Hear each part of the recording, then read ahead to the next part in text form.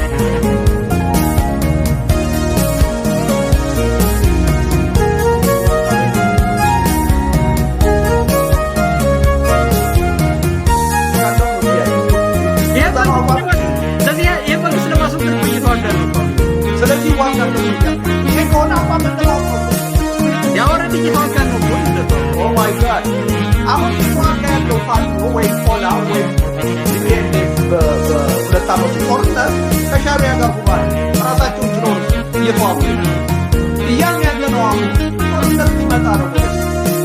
የኤርትራ መንግስትና የኢትዮጵያ መንግስት ወደ ጦርነት ሲገቡ ያኔ ወደ ጦርነት ሲገቡ ከማንኛው ወገን ትሰለፋለህ?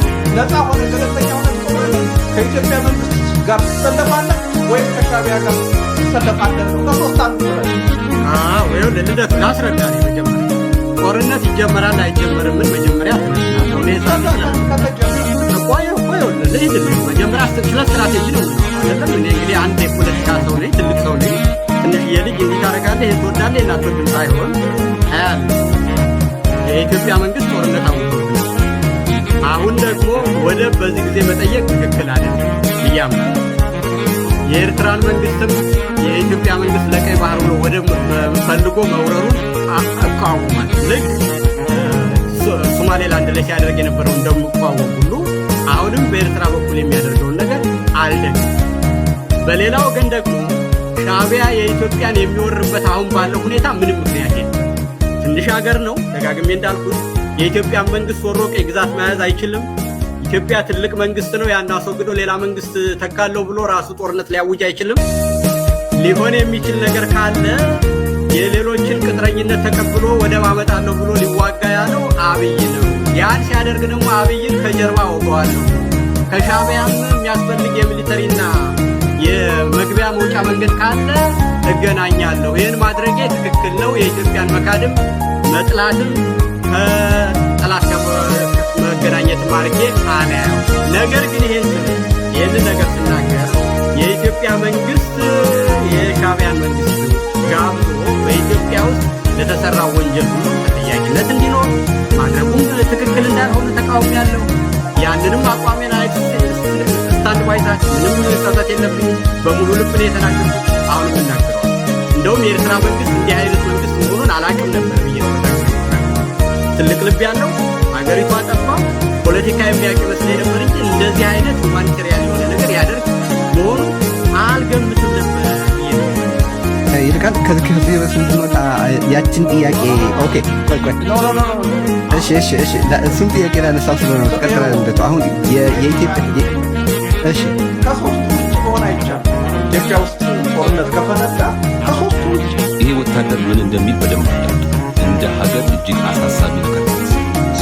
በሶማሌ አማራ ጦርነት ይብቃል። ለምን የአማራ እናቶች ይሰቃዩ? ጦርነት ሳይሆን ከውጭ ሀገር ጋር ሁላችንም አንድ መዋጋት ያለብን። ሁላችሁ ሶማሌ አማራ በሚል መልካት ሁላችሁ ቻሌንጅ ተቀላቀሉ።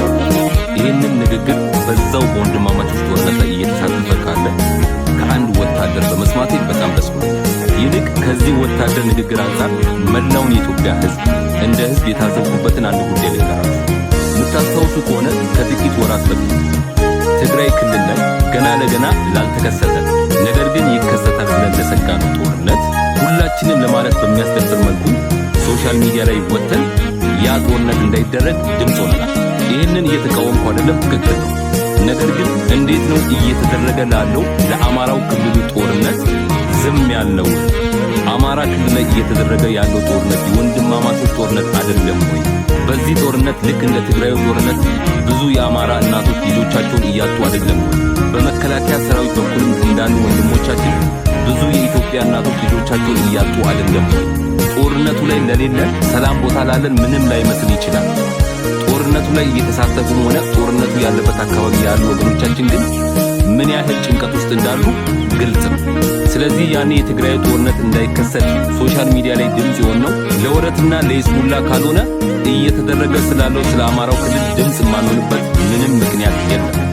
ስለዚህ እባካችሁን ሀገራችሁ ኢትዮጵያ በሁሉም አቅጣጫ ሰላም እንድትሆን የምትመኙ ሁሉ አማራ ክልል ላይ እየተደረገ ያለው የወንድማማቾች ጦርነት እንዲቆም ሁላችሁም ይህንን ቻሌንጅ ተቀላቀሉ። አመሰግናለሁ።